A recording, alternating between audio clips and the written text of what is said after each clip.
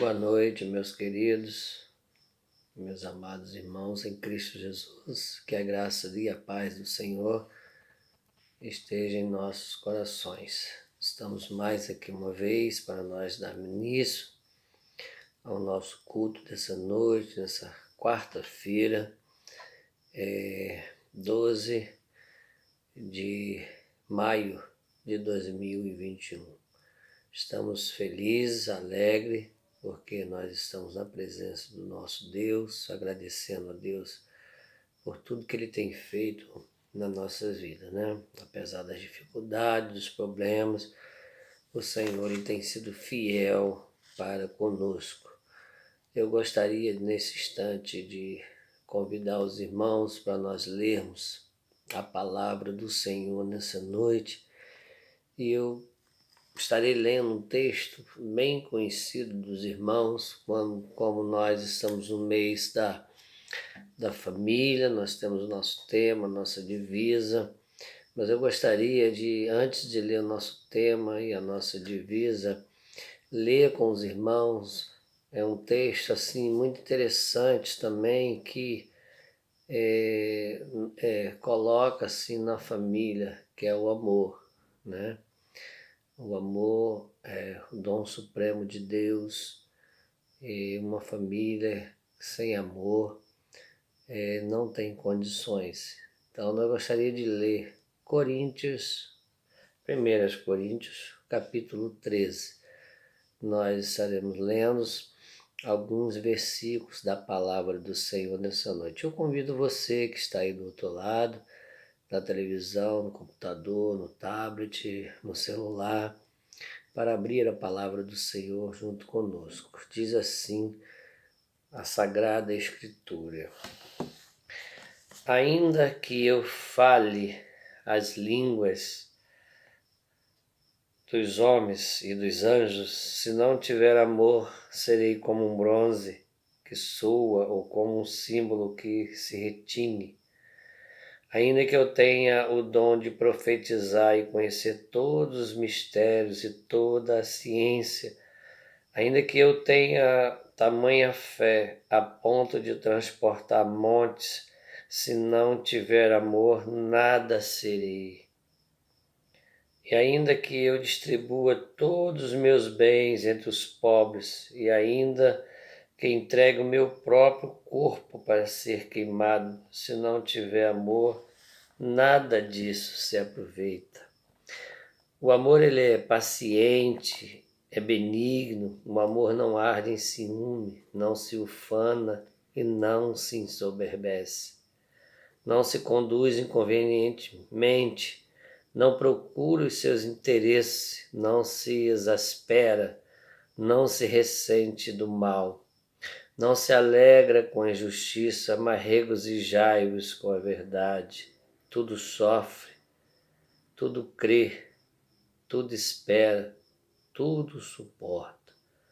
Aí o versículo de número 8 diz assim: o amor jamais acaba, só a parte A. É muito interessante que o apóstolo Paulo coloca aqui nesse versículo, nesse capítulo 13, quando fala do amor. E no final desse versículo ele diz assim, a parte B: esses três, porém o maior é o amor. Meus irmãos, não existe família sem amor. Não existe igreja sem amor.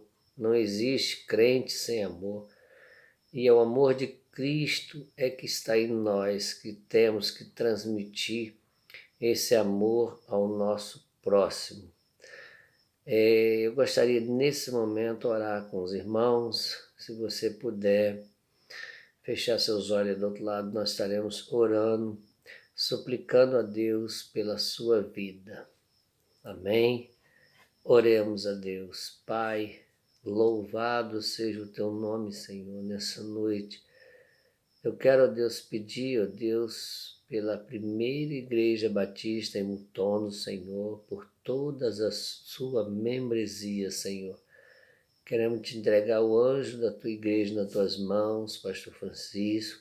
Queremos te entregar o pastor Albertino, pastor Vanderlei.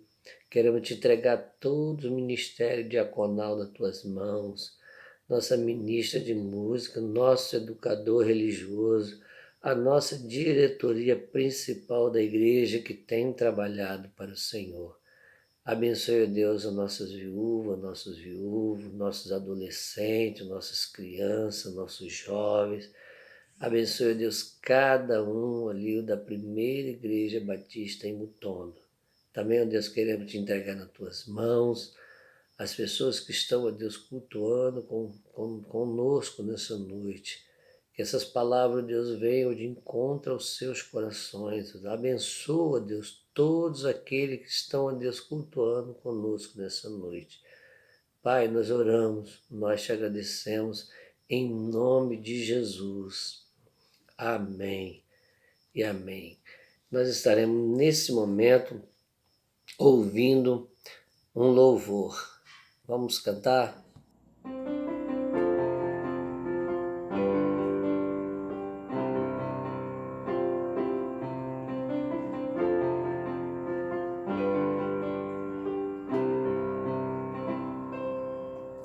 Um presente precioso eu ganhei,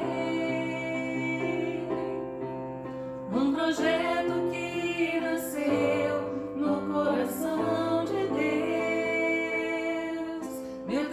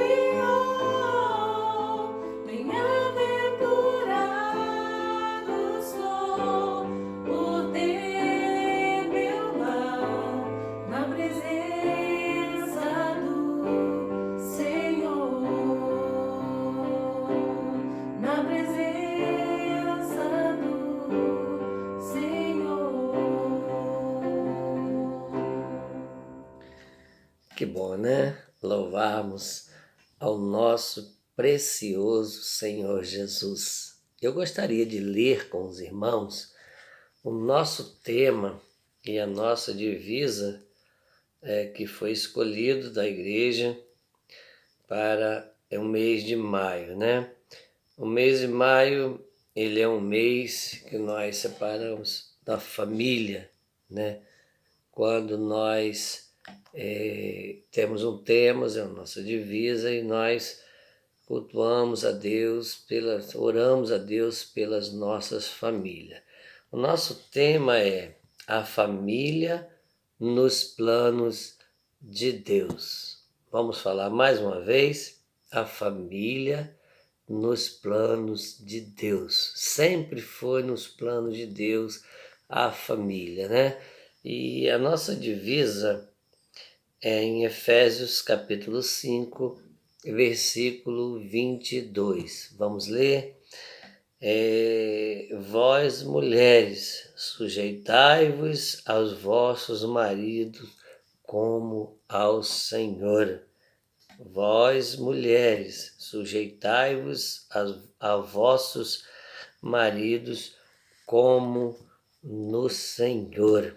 Olha que responsabilidade muito grande para a varoa, para a serva do Senhor, para aquela que é dedicada à família, que cuida da sua família, cuida do esposo, cuida dos filhos, é a rainha do lar, aquela que cuida de todas as coisas no lar, né? Olha a responsabilidade que tem a rainha do lar. E os homens, né, também têm a sua responsabilidade. Mais à frente diz que nós temos que amar as vossas mulheres também como Cristo amou a igreja. Olha que responsabilidade muito grande.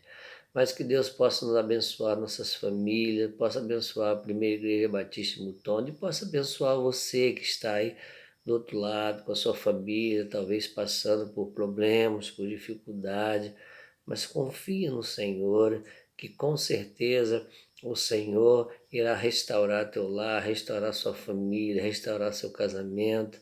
Que Deus possa estar falando com você nessa noite. Confia no Senhor, que Ele tudo fará, tá bom? Nós estaremos nesse momento ouvindo o recado do Senhor nessa noite, com a nossa diaconisa, a irmã Andréia Rodrigues. Irmã Andréia, que Deus te abençoe, que Deus possa falar aos seus corações e que você possa transmitir as coisas vindas dos altos céus para os nossos corações. Amém? Deus abençoe a todos. Boa noite, irmãos. Estou eu aqui mais uma vez convidada pelo nosso pastor para falar um pouquinho no mês da família, né? E eu escolhi um tema sugestivo e que a gente já está acostumado a falar, né? Já ouvimos outras vezes, né? Que é felicidade conjugal. Nós estamos sempre procurando, né, no nosso dia a dia, em meio à nossa família, ser feliz de alguma forma, né? E essa fórmula está na Bíblia, né? E aí eu separei uns textos e aí nós vamos falar sobre eles.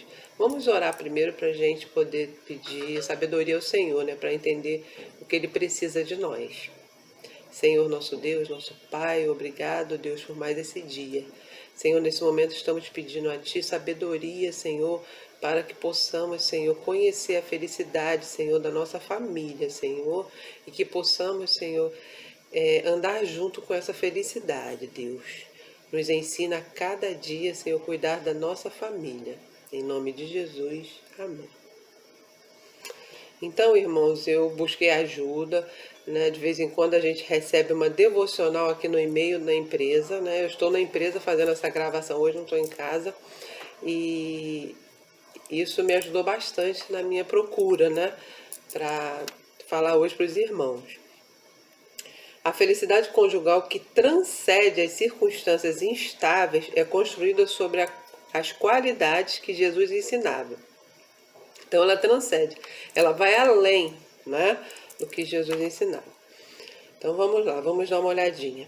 Eu busquei o texto de Mateus 5, de 1 a 9. Se os irmãos quiserem abrir em casa, tá? Os irmãos abram, por favor. Né? Nós temos o nosso tema, que é a família nos planos de Deus, e a nossa divisa, né? Que é vós, mulheres, sujeitai-vos a vossos maridos como ao Senhor. Né?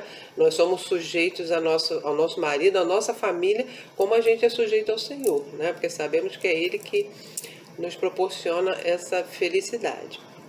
Então vamos lá. O primeiro tópico, em Mateus 5, fala assim: bem-aventurados humildes, né? Bem-aventurados que eles são felizes. O orgulho que busca autopromoção e está sempre exigindo seus direitos traz infelicidade. Então, se nós estamos procurando a felicidade, nós devemos deixar o orgulho de lado, né? Devemos procurar ser felizes.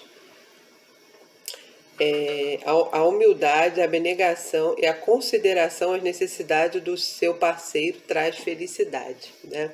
Muitas vezes nós precisamos, né, nos abnegar, né, ser humildes, né, para procurar a felicidade um do outro, né? Eu tenho 2 colegas de trabalho aqui, pertinho de mim, tá? Eu tô falando isso, mas eu tenho autorização delas para falar, tá bom, irmãos? E assim, é muito interessante, porque o esposo da minha colega Jane, ele vem aqui no final da tarde para buscá-la. Ela poderia ir de ônibus, né? Ele podia chegar mais cedo em casa, mas ele vem aqui buscá-la e leva todos os dias ela para casa, né? E se abdicar do eu dele, né? Levar para casa. Tem a Xana aqui, em alguns momentos ela chega em casa e o esposo dela fez a janta, ou lavou a louça, ou fez alguma coisa para ajudá-la. E se abdicar, né, do eu para ajudar a colega que está aqui trabalhando e está indo para casa para ajudar também, né? Que nós mulheres hoje trabalhamos para ajudar, né? O nosso marido e os nossos filhos.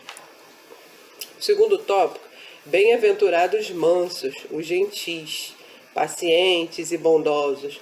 Lidar com as dificuldades do seu cônjuge com bondade, sensibilidade e paciência é uma expressão de amor que traz cura aos capítulos dolorosos da vida e do casamento, né? Há bem pouco tempo eu passei um capítulo doloroso, né? O irmão Eduardo ficou internado 10 dias, e aí eu precisei, e todos os dias lá eu vinha para o trabalho, depois eu ia ao hospital, do hospital eu voltava para o trabalho, né?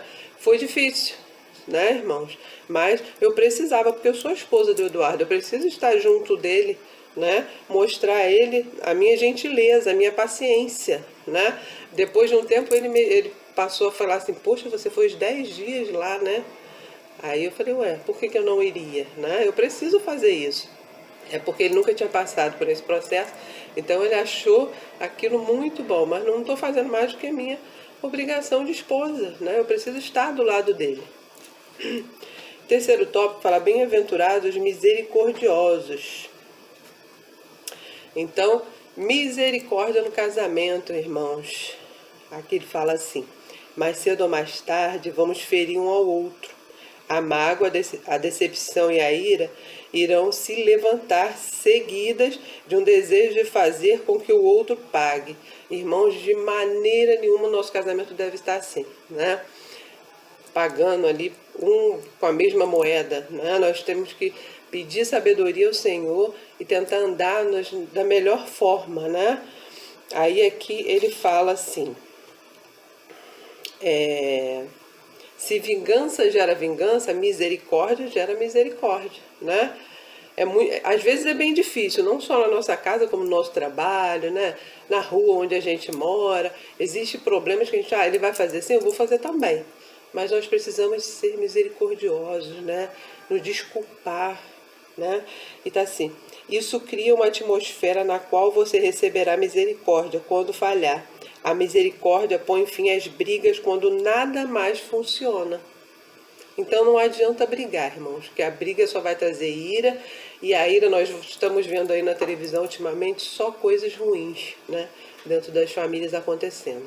Então nós cristãos, nós mulheres cristãs, né, pais cristãos, maridos, esposa, precisamos ter misericórdia no nosso casamento, para a gente chegar à felicidade conjugal. E por último, irmãos, bem-aventurados pacificadores, né? A necessidade de estar certo, de vencer, só intensifica o conflito, né? Eu posso estar certa, tá? E o Eduardo errado. Mas em alguns momentos, né, eu me calo para não gerar conflito, né? Eu tento pacificar, né? Em alguns momentos ele pode estar falando muito, fazendo até a coisa certa, mas eu preciso me calar naquele momento e deixar para falar em outro momento, o momento que ele estiver mais calmo, ou vice-versa, né? A gente aprende um com o outro. No casamento, quando um vence, os dois perdem. Olha que interessante, irmãos, eu nunca tinha lido isso. No casamento, quando um vence, os dois perdem. Então, não adiantou vencer, né? O importante é quando nós dois vencemos, né? Eu e Eduardo. E aí a gente busca isso a cada dia. Aí eu falo para minha colega Jane aqui do lado, ela também é cristã, a Xana Daniela. É bom quando a Jane e o Marcos vencem, quando a Xana Daniela e o Alex vencem, né? Isso é muito importante para nós. E nós vamos aprendendo a cada dia. Não nascemos assim, irmãos, tá? Essa é a sabedoria do Senhor que nos faz assim, vencedores, mas vencer a dois. Vamos lá, já vou terminar.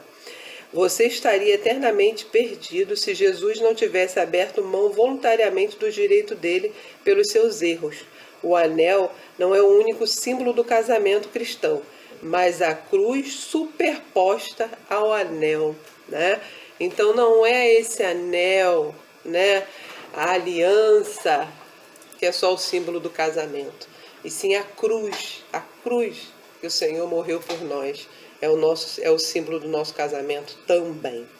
A rendição do nosso ego não crucificado nos moldes de Cristo promove a felicidade conjugal, né? Então, todos os dias nós precisamos crucificar o nosso ego, né? A nossa carne muitas vezes quer falar mais alto, mas a gente precisa deixar o Espírito Santo do Senhor, né, nos direcionar para que o nosso casamento seja feliz. Então é isso, irmãos. Obrigado pela atenção. Um abraço, um beijo e um abraço aos irmãos que estão em casa ainda, né? Não podem ir à igreja. Fica aqui o meu grande abraço.